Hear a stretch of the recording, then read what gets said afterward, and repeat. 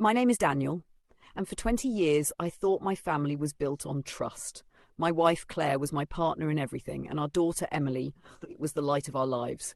She had just turned 20 and was full of bold ideas about freedom, independence, and living without regrets. I admired her confidence, but I never imagined that one of her ideas would shake my marriage to its very core.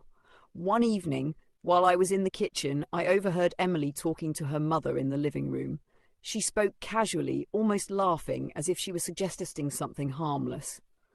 "Mom, you only live once. Dad's a good guy, but life's too short to be tied down. If you feel like trying something new, do it. Cheat a little. What's the worst that could happen?" My heart froze. I leaned against the counter, praying I had misheard, but Claire's silence told me she was actually considering it. That silence was louder than any words. For days afterward, I noticed her distance. The late-night texts, the new clothes, the sudden excuses to stay out longer. I knew the seed Emily had planted was growing. When I finally confronted Claire, she didn't deny it. She admitted she had been seeing someone else. Her justification cut even deeper. "Emily made me realize I've been missing out. I wanted to feel alive again." It was as if my marriage, my loyalty, my years of devotion meant nothing compared to one reckless philosophy. You only live once. I didn't yell, I didn't cry. I simply nodded, walked away, and began planning. I wasn't going to beg, nor was I going to let them think they had won.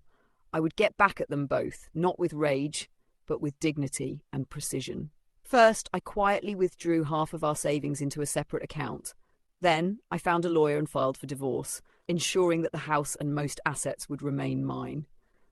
Claire was shocked when she was served papers, and even more shocked when I refused to fight or argue. My calmness unsettled her. As for Emily, I decided to teach her a lesson too. She had been relying on me for her college tuition. I sat her down and said, "If you believe in living without consequences, then it's time you learn what consequences feel like. From now on, you'll need to support yourself." Her face turned pale, and for the first time she looked less like a fearless adult and more like a frightened child. I moved forward with my life, carrying no bitterness. Claire eventually realized her affair was fleeting, and Emily began struggling with bills and responsibilities she wasn't prepared for. Meanwhile, I rebuilt my life, free from betrayal.